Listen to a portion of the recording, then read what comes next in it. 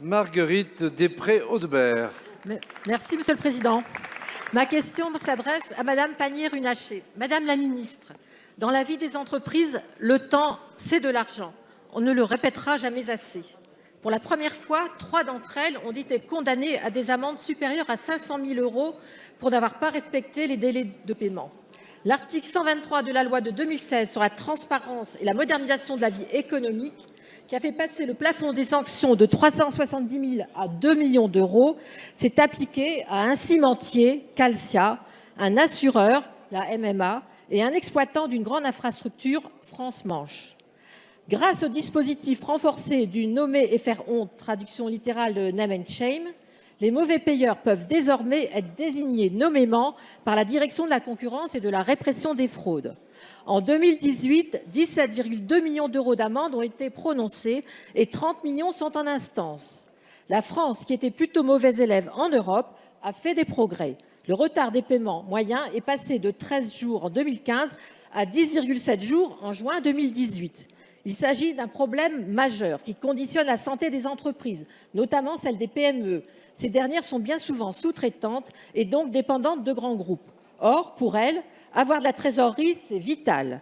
Nous pouvons et devons faire mieux encore. Lors de l'examen de PAC, le groupe Modem a porté le sujet de l'affacturage inversé. Ce dispositif assurantiel, à l'origine lourd à mettre en place et coûteux pour les PME, permettra dans sa nouvelle version aux fournisseurs d'être payés comptant, tandis que le client en partagera les frais. L'expérimentation de l'affacturage inversé pour les marchés publics a été adoptée par notre Assemblée en première lecture grâce au travail de nos collègues Olivia Grégoire et Patrick Mignola. Le dispositif a été validé par le Sénat. Madame la Ministre, qu'en est-il de l'expérimentation de l'affacturage inversé pour les marchés publics? Quels sont les moyens mis en place pour informer les collectivités de ce dispositif? Quand les décrets d'application seront-ils signés? Et surtout, quand, selon vous, ce dispositif essentiel pour nos entreprises pourra-t-il être généralisé? Je vous remercie. Merci, Madame la députée. La parole est à Madame Agnès Pannier-Runacher, secrétaire d'État auprès du ministre de l'Économie et des Finances. Monsieur le Président, Mesdames et Messieurs les députés, Madame la députée de Pré-Audeberg, je vous remercie pour votre question qui met en lumière l'action du gouvernement déterminée en matière de lutte contre les retards de paiement. Comme vous l'avez dit, c'est un enjeu majeur pour notre économie. Majeur parce que c'est 19 milliards d'euros de trésorerie qui manquent aujourd'hui aux PME et qui sont à l'origine des difficultés d'une PME sur 4. Et donc, à ce titre, nous devons nous impliquer de manière très forte dans ce sujet-là. C'est pourquoi j'ai demandé à la DGCCRF d'en faire une de ses priorités de contrôle et on en voit la traduction aujourd'hui avec les 3 amendes qui ont été prononcées au-delà de 500 000 € pour la première fois dans le droit fil de la loi transparence de décembre 2016. Et ces amendes et ces contrôles continueront à être faits de manière déterminée. Nous avons encore des sanctions qui sont sous revue actuellement.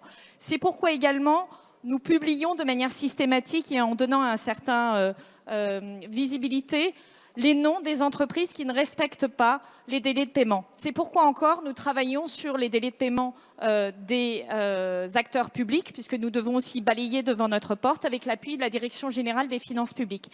Et vous mentionnez cette avancée de l'affacturage inversé, inspirée par l'affacturage collaboratif, notamment de l'UGAP, qui fonctionne très bien aujourd'hui, que j'ai visité, et qui permet effectivement de payer quasi immédiatement les PME au prix d'un coût de factoring porté par celui qui fait le marché.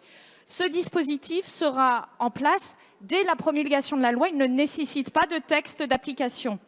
Il pourra être de portée générale. Ce n'est pas une expérimentation. Il fait déjà l'objet d'une publicité puisque nous systématiquement, nous publions dans la Gazette des communes et dans tous les supports pour la direction des collectivités locales cette information. Donc, de manière générale, nous continuerons dans cette direction. Je vous remercie. Merci, Madame la Ministre.